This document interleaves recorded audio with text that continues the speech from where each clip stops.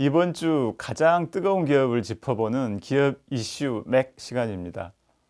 박 대표님, 오늘은 어떤 기업을 들여다볼까요? 아무래도 이번 주는 뭐 저번 주부터 문제가 됐었는데 현대자동차와 모비스죠. 네. 엘리엇이 지속적으로 지배구조라든지 주주 권한에 대해서 요구를 하고 있기 때문에 이 부분을 한번 짚고 넘어가야 될 것 같습니다.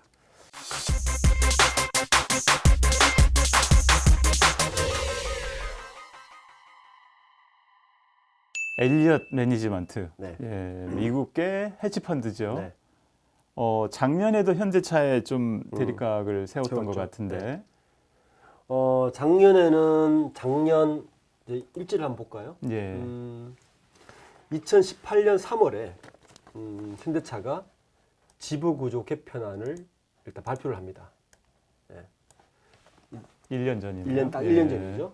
발표를 하고 4월 달에 엘리엇이 현대, 기아, 모비스 지분을 보유하고 있다 공개를 합니다. 예.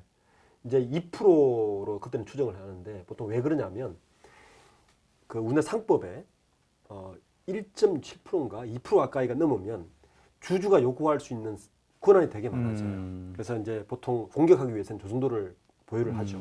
얼마를 네. 보유하고 있는지 얘기는 안 하는데 최소한 그 상법상 주주 제한을 할 수 있는 정도 이상은 보유를 했을 것이다. 그렇죠. 제한을 했기 예. 때문에. 그리고 순환출자 해소 대신에 현대차 지주화를 제한을 합니다. 무슨 말이냐면 현대차는 이제 지배구조를 좀 그때는 좀 알아야 되는 게 현대차가 지금 순환출자로 돼 있어요. 예. 그래서 이제 정권이 바뀌면서 김상조 공정거래위원장이 그 당시 타겟을 하죠. 현대차 순환출자 바꾸라. 예. 그러니까 현대차에서는 이제 빨리 바꿔야 되는 판이고 하니까 어떻게 계산을 내놓느냐.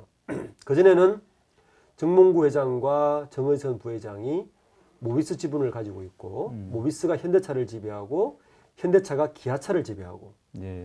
기아차가 다시 모비스를 지배하는 요 순환 출자고리. 거기서 순환이 되는 거죠. 또 모비스와 현대차, 제철, 다시 모비스. 예. 모비스 이렇게 이제 순환을 하고 있는데 고리들이 막 예, 있습니다. 있는데 요 구를 이제 심플하게 음. 오네일가가 모비스를 지배를 하고 모비스가 현대차를 지배하고 현대차가 기아차를 지배하는 그리고 현대차를 지배하는 이런 간단한 순환 고리로 바꾸려고 하는데 엘리엇은 반대를 합니다. 예. 왜냐하면 여기서 중요한 건 엘리엇은 이제 오네일가 입장에서는 모비스를 중심으로 바꿔야 돼요. 왜냐하면 네. 모비스와 정몽구 회장은 모비스의 대주주고 정의선 부회장은 모비스의 지분이 없어요. 글로비스에만 지분이 있습니다. 예. 그러니까 이 부자는 정 회장 부자는 모비스와 글로비스를 통해서 지배구조를 바꾸는 게 제일 좋은 거죠. 그렇죠. 그런데 엘리엇 입장에서는 지분을 가지고 있는 회사를 그렇죠. 통해서 네. 엘리엇 입장에서는 이거 필요 없다. 음. 현대차를 중심으로 바꾸라. 예. 진짜 제일 크지 않느냐. 그게 예. 너희들 회사 캐시카우고 예. 제일 큰데 왜 그거를 배제하고 지배구조를 바꾸려고 하느냐라고 싸움이 붙은 거죠. 그래서 그 당시에 뭐 ISS 등등에서도 이제 그 자문사들도 반대를 했고요. 그러다가 현대차에서 의결권 행사 그렇죠. 이렇게 자문사, 이렇게 자문사죠. 예.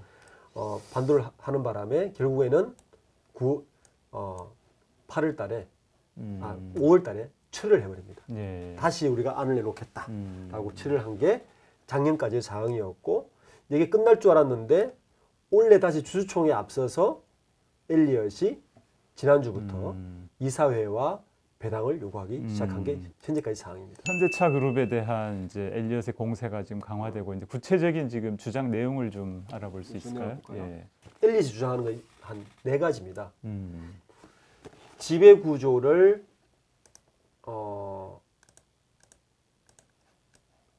모비스와 현대차를 합병해서 분할하는 식으로 해서 지배구조를 바꾸라.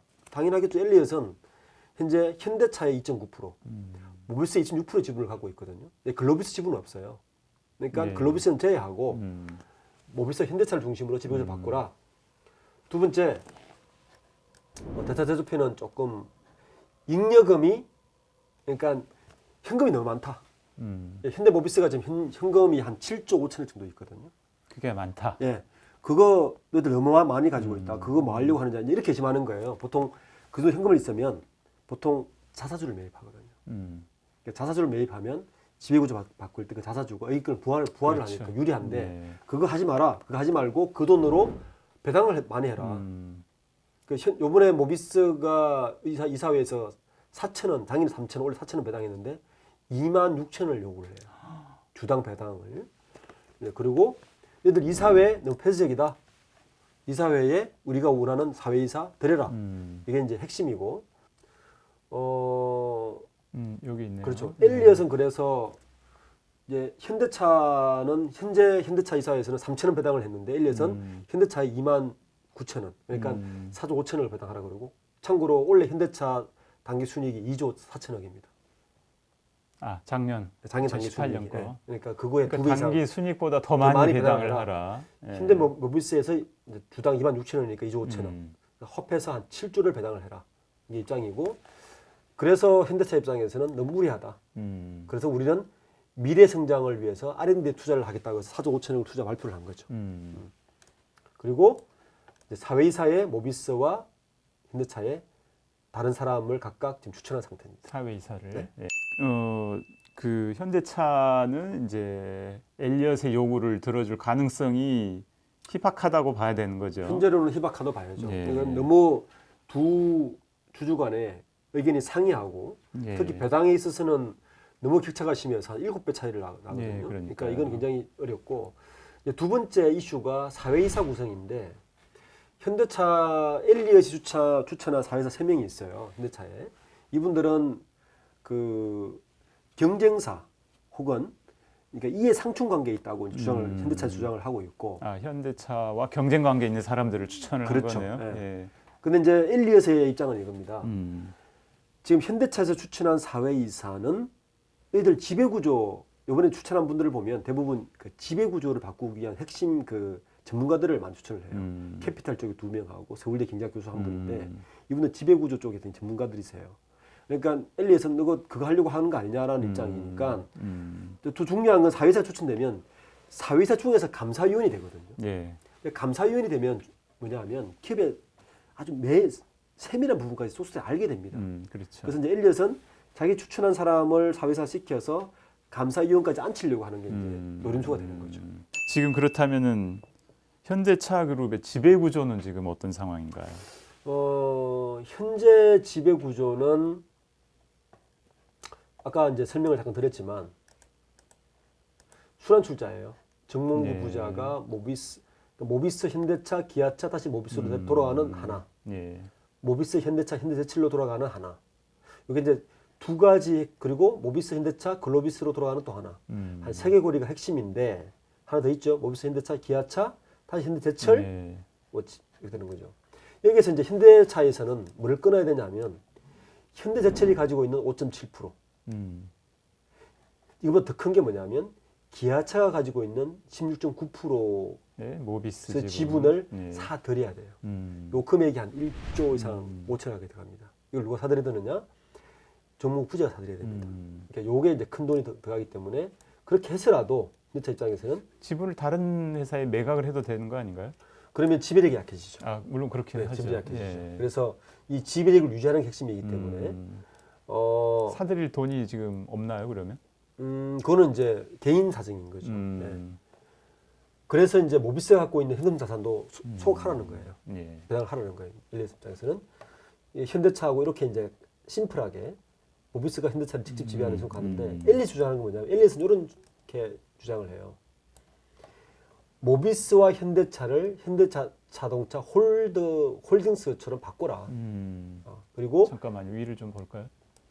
위 지금 모비스와 현대차 이렇게 합병을 하라는 얘기인가요? 그렇죠. 그러면 네. 합병을 해서 이제 지주 회사를 만들어라. 그렇죠. 만들어라. 예. 그리고 이 회사가 이제 인적 분할을 했겠죠. 인적 분할을 해서 현대자동차 사업회사와 기아차를 직접 지배하는 이런 형식으로 바꾸라는 게 이제 저기 엘리엇의 입장이고 이렇게 됐을 때는 엘리엇이 가지고 있는 주주 그 이득이 극대화되겠죠. 그렇군요. 네. 현대차 그룹은 이제 올해 주주총회에서 또 지배구조 개편을 다시 또 추진을 해야 되는 입장인 거죠. 그렇죠. 이런 식으로. 예. 엘리엇의 요구를 지금 현대차에서 받아들이지 않을 경우에 네. 그렇다면은 이제 주주총장에서 표대결을 해야 될 표대기를 해야 되겠죠. 예, 표대기를 해야 되는데 그 현재 그 주주 구성으로 봤을 때는 엘리엇이 이길 가능성은 좀 높지 않다고 봅니다. 왜냐하면, 지분율이 그렇게 높지가 않죠. 지금 그 이번에 제안한 이 안건들은 대부분 보통끼리 사항들이에요. 예. 배당 요구라든지 사회이사 임명이라든지 보통끼리 사항인데 보통끼리 사항은 전체 주주 중에서 25% 이상 되는 그 출석을 한 상태에서 과반수 이상의 득표가 됩니다. 출석의 과반수인 출석의 거죠. 과반수. 예. 근데 현재 엘리엇이 갖고 있는 그 주식은 현대차 2.9%, 모비스 2.6%니까 거기는 또 안 되고. 근데 엘리엇은 지금 계속 언론 플레이하는 게 뭐냐면 다른 외국인 주주들과 개인 주주들에게 그렇죠. 설득을 하겠다. 예. 그래서 연대하려고 주총에서 하겠죠. 참석해서 우리가 표제기를 하겠다는 입장이죠. 근데 현실적으로는 쉽지 않다라는 게 제 생각입니다. 자, 현대차와 그 엘리엇의 싸움 앞으로도 계속 되는 건가요? 그러면 그렇죠. 저는 이 싸움은 주총으로 끝나는 게 아니고 주총으로 끝나는 게 아니라 이제 봄에 있을 차후에 있을 지배구조 개편의 싸움의 신호탄이다. 그러니까 이번에도 엘리엇이 굉장히 많은 배당 그리고 겉으로는 그 독립적인 사회이사의 추천 그리고 주주 친화 정책을 계속 이야기하는 이유가 향후에 있을 표대길에서 지배구조 개편 표대길에서 유리한 그 입지를 선점하기 위한 사전 포석이 아닌가라고 생각을 합니다. 엘리엇은 삼성물산 합병 과정에도 계속 반대를 했었고 네. 나중에 이제 삼성전자에 대해서도 그 주주 친화 경영을 요구하고 엄청난 배당 요구하고 그렇죠. 결국 전부 다 받아들여지지는 않았지만 일부 또 많이 배당을 받아들였죠. 많이 받아들인 거 아니에요. 결국에는 현대차도 장기적으로 봤을 때 그렇게 될 가능성이 있지 않을까요? 그렇죠. 제가 지난주에도 배당에서 이야기했지만 현대차의 현재 지배구조 내에서는 배당을 하면 할수록 세금으로 나간 돈이 더 많아요. 보시겠지만 기아차가 배당을 하면 현대차로 가잖아요. 현대차가 배당을 하면 모비스로 가요.